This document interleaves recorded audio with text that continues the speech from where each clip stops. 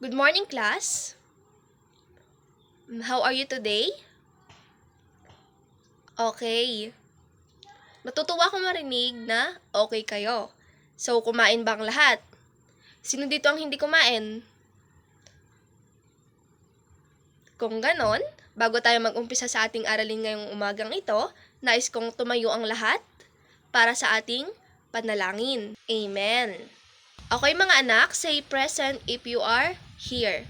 Naiintindihan po ba? Okay. Mil? Olivia? Raymark? Okay. Janelle? Sherilyn? Eprilyn? Cyrene? Lahat naman kayo present, kaya walang absent ngayon. Very good. Huwag kayong absent dahil malapit na magbakasyon. Kaya dapat lang na mag-aral kayong mabuti, ha? So ngayon, meron akong mga jumbled letters dito na inahanda. Maaari nyo bang sabihin kung ano ang mga ito? Kung ganon, lahat kayo ay sasagot. Naintindihan po ba? Sabay-sabay kayo, ha? Okay. Number 1. Ano kaya ang sagot sa number 1? Very good. Tama. Mixtures. Ang susunod?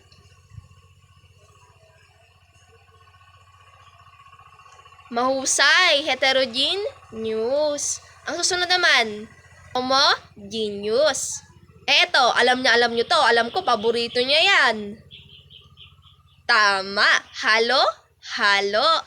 Mahuhusay. Palakpakan nyo ang inyong mga sarili. So mga bata, bago tayo mag-umpisa sa ating aralin ngayon, maaari nyo bang ibigay ang ating nakaraang aralin? Yes, Camille. Okay. What is substance? Okay, a substance is any material that has physical properties. Okay, very good. Ngayon naman, meron akong ipapakita sa inyong picture. Nyo bang sabihin kung ano ito? Ito ay halo-halo. Sino sa inyo ang kumakain ng halo-halo? Okay, very good. Anong napapansin nyo sa halo-halo? Maraming ingredients, gaya ng ube. Oo, tama lahat ng sinabi nyo. Ngayon naman, meron akong mga questions na ipapakita dito. Sasagutin nyo lang ito, ha? Anong masasabi nyo sa litratong ipinakita ko? Yung picture ng halo-halo. Tama, maraming ingredients. Nakakain na ba kayo ng halo-halo? Okay, lahat naman tayo ay nakakain na ng halo-halo. Bakit sa tingin nyo, halo-halo ang tawag dito? Kasi halo-halo ang ingredients? Or kailangan haluin ito bago makain? So, ngayon mga bata, gusto nyo bang malaman kung ano pa yung mixture? Okay.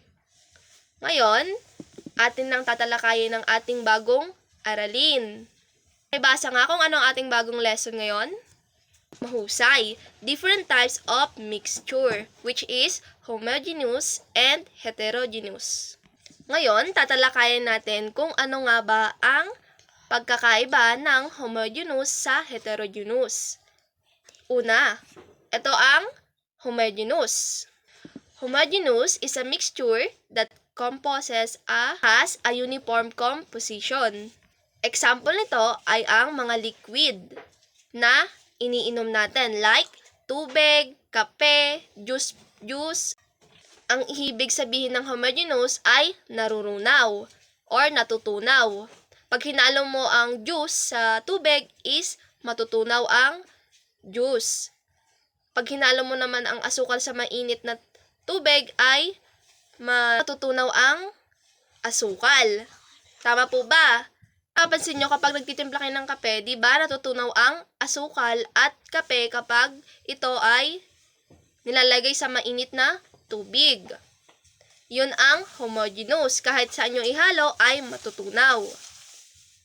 Tumako naman tayo sa heterogeneous. Ano nga bang heterogeneous? Pakibasa nga, Cyrene. Okay, thank you. Ang heterogeneous ay, ibig sabihin, hindi siya nag-iibang anyok. Halimbawa, yung fruit salad, di ba? Halo-halo yon. Pero may identify nyo pa rin kung ano doon yung nata de coco, o di ba? Like yung buko at yung nata de coco. Kahit hati-hatiin mo yon, hindi magbabago ng anyo. Ma-identify nyo pa rin, di ba?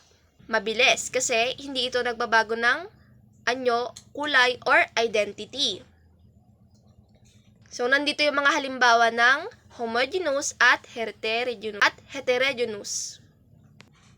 Basahin nyo nga.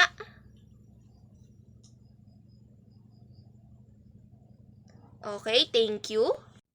Ngayon, alam nyo na ba ang pagkakaiba ng homogeneous at heterogeneous? Okay. Kung gayon, magtatanong ako kung talagang may natutunan kayo sa ating pinag-aralan. So, unang tanong, what is mixture? Ano nga ba ang mixture? Sinong gustong sumagot? Yes, Janelle. Okay, tama. Dalawang bagay na pinaghahalo. O, ano naman kaya ang heterogeneous mixture?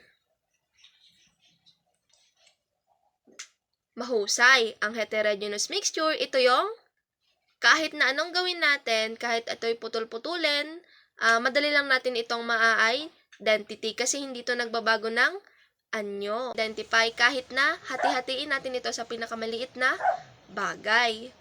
Tayo magbigay ng mga halimbawa ng homogeneous. Example, yes. Coffee, okay. Juice, tama. Ano nga ulit yung different types ng mixture? Yes, Epreline? Okay, correct. Homogeneous at heterogeneous. Kaya kailangan natin ang mixture sa pang-araw-araw nating pamumuhay. Yes, tama yun. Kasi sa simpleng pagtimpla ng kape, di ba? O, nakakagawa ka ng mixture, di ba? Mainit na tubig, kape, asukal. Di ba? Napakasimple lang. So, gaano naman ito ka-importante sa ating buhay? Okay, tama. Importante ito kasi nagagamit natin ito sa ating araw-araw na pamumuhay, syempre. So, naiintindihan na ba ang ating aralin ngayong umaga? Wala bang mga katanungan? Okay, kung ganon, mayroon na kayong, okay, kung ganon, dadako na tayo sa inyong gawaing 1 or test 1. Directions. Identify the following whether it is homogeneous or heterogeneous. So, sasabihin nyo lang ito kung ito bang bagay nito ay homogeneous or heterogeneous. Nagigets po ba? So, nakikita nyo ba yung test 2? Di ba may nakikita kayong dalawang picture? Yung vinegar at ang fruit salad, which is yung vinegar, yun yung homogeneous, at yung fruit salad, ito yung heterogeneous. So, sabi dito, kailangan nyo daw i-differentiate or pagkakaiba ng homogeneous sa heterogeneous. Naiintindihan po ba? Okay, sagutan ito ng tahimik at walang nag-iingat. So, para naman sa inyong assignment, i-identify nyo or sasabihin nyo kung ano nga ba ang mixture. Gagawin nyo ito sa inyong assignment notebook. Nakopya na ba ang assignment? Okay. So, bago tayo umuwi, nais ko lang na ipaalam sa inyo ang pagkakaiba ng heterogeneous at homogeneous mixture. Madali lang naman. Ang homogeneous, matutukoy mo ito kapag ito ay, madali mo itong matutukoy dahil ito ay liquid form. At ang heterogeneous naman, ito yung solid form. Ang heterogeneous naman, hindi na tutunaw. Naiintindihan na po ba? Okay. Tumayo na ang lahat at maghanda na sa ating pag-uwi. Pero bago yon, nais kong pulutin ninyo ang inyong mga kalat na nakikita ko dyan sa inyong harapan at iayos ang mga upuan. O, lumabas ng pintuan na walang nagtutulakan ha? Okay, goodbye class. See you tomorrow morning. Okay, goodbye.